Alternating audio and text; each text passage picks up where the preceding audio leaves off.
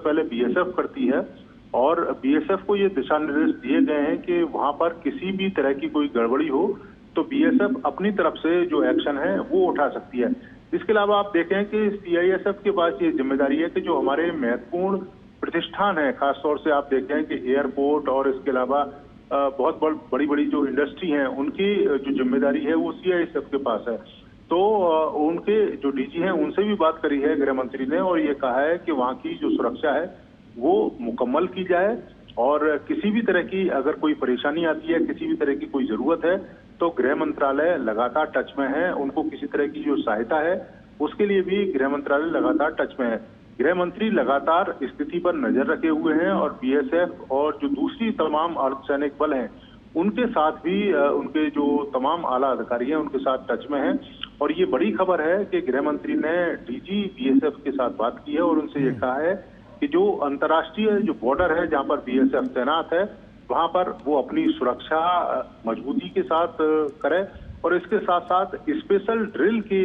आदेश भी गृह मंत्री ने एक तरीके से दिए हैं कि वहां पर स्पेशल ड्रिल चलाई जाए और ये सुरक्षा मुकम्मल की जाए ताकि किसी भी तरह की जो परेशानी है वो ना हो। और हम कह सकते हैं कि गृह मंत्री और गृह मंत्रालय लगातार स्थिति पर नजर रखे हुए जिस तरह के हालात देश के अंदर बने हुए हैं। आपने भी देखा है कि पाकिस्तान की तरफ से तमाम मिसाइल हैं और ड्रोन हैं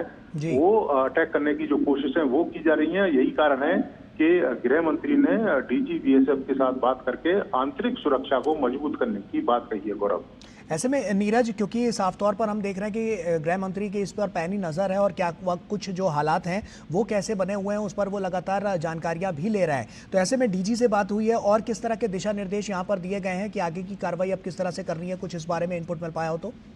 देखिए, बीएसएफ को स्पष्ट दिशा निर्देश है कि अगर उनको कुछ भी संदिग्ध लगता है और उनको लगता है कि जो कार्रवाई है वो की जाने की जरूरत है तो बीएसएफ अपनी तरफ से कार्रवाई कर सकती है। अगर उनको कुछ भी संदिग्ध लगता है तो फ्री हैंड है बीएसएफ के ऊपर कि वो जो कार्रवाई है वो